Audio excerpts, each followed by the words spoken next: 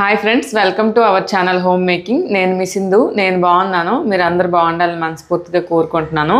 ఈరోజు మెస్ డోర్ని ఎలా క్లీన్ చేయాలో చూసేసండి. మామూలుగా మన అందరికీ మెస్ డోర్స్ ఉంటాయి కదా, మనకి చాలా దుమ్ము పట్టేసి ఉంటాయి కదా, కనీసం నెలకు ఒకసారి అయినా మనం డీప్ క్లీన్ చేసుకోవాలి. ఈజీగా ఎలా క్లీన్ చేసుకోవాలో ఈ వీడియోలో నేను మీకు చూపిస్తాను. మన దగ్గర పాతది బ్రష్ ఉంటుంది కదా, టూత్ బ్రష్, దీంతో మనం క్లీన్ చేసుకోవచ్చు. కాకపోతే దీంతో క్లీన్ చేస్తే చాలా ఎక్కువ టైం పడుతుంది. నేను దీనికి ఇది క్లీన్ చేసి చూపిస్తాను మీకు డిఫరెన్స్ అనేది. బ్రష్తో పాటు ఇంకో 2 మెథడ్స్లో ఎలా క్లీన్ చేసుకోవాలో చూపిస్తా. వీడియో లాస్ట్ వరకు చూడండి.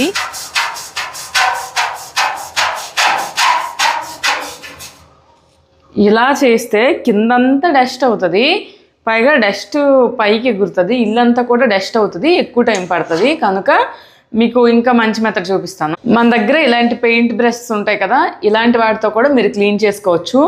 టూత్ బ్రష్ కంటే కొంచెం తొందరగా క్లీన్ అవుతుంది, కానీ దీంతో కూడా మనం క్లీన్ చేస్తే డస్ట్ అనేది మన పైకి ఇల్లు మొత్తం కూడా ఎగిరిపోతుంది. ఇలా మనకి వస్తుంది చెత్త, కింద కూడా పడుతుంటుంది చూడండి. నన్ను అడిగితే టూత్ బ్రష్తో కంటే దీంతో క్లీన్ చేసుకోవడం బెటర్ అండి. ఎందుకంటే మన దగ్గర ఎలాగో పెయింట్లు అవి వేసినప్పుడు ఇలాంటి బ్రష్లు ఉంటాయి కదా, కొంచెం తొందరగా క్లీన్ అవుతాయి, దానికన్నా నీట్గా కూడా క్లీన్ అవుతుంది. ఇది మనకి చూడటానికి కనిపించట్లేదు కానీ చూడండి, బ్రష్ అంతా ఎంత బ్లాక్గా అయిపోయిందో, చాలా ఎక్కువ డస్ట్ ఉంది. ఈ పెయింట్ బ్రష్తో క్లీన్ చేస్తే ఇల్లంతా కొంచెం తక్కువ ఎగురుతుంది, కింద ఎక్కువ పడుతుంది. ఇలా చేసినా కూడా మనకి ఎక్కువ టైం పడుతుంది, ఇల్లంతా డస్ట్ ఎగిరిపోతుంది, కింద పడుతుంది. అందుకని మీకు ఇంకో మంచి మెథడ్ చూపిస్తా. మనకి స్పాంజ్ వైప్ అని దొరుకుతుంది మార్కెట్లో, దీన్ని తెచ్చుకుంటే దీంతో మనం ఈజీగా మనం క్లీన్ చేయొచ్చు. ఎలానో చూపిస్తాను ఇప్పుడు మీకు. ముందు దీన్ని ఒకసారి వాష్ చేసుకోవాలి. వైప్ చూపించగానే ప్రమోషన్ అనుకోగలరండి, ఇది ప్రమోషన్ వీడియో కాదు. ఈ వైప్తో నిజంగానే నీట్గా క్లీన్ అవుతుంది. నేను బయట లోకల్ షాప్లో తీసుకున్నాను. ఇప్పుడు మనం దీంతో డోర్ అంతా వైప్ చేసుకుంటే చాలా మంచిగా క్లీన్ అయిపోతుందండి. నేను వీడియో చేస్తున్నా కాబట్టి ఏం పెట్టుకోలేదండి, కానీ ఇలా డస్ట్ క్లీనింగ్ చేసినప్పుడు మాస్క్ కానీ లేదా తలకి ఫేస్కి చున్నీతో కానీ కవర్ చేసుకోండి.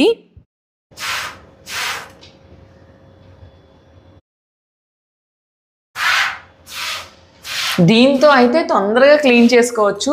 ఒకసారి మనం ఈ వైప్ కొని తెచ్చుకుంటే మన మెస్ డోర్లు ఎప్పటికైతే అప్పుడు డస్ట్ మన పైకి రాకుండా, ఇల్లంతా పడకుండా కూడా మంచిగా క్లీన్ చేసుకోవచ్చు.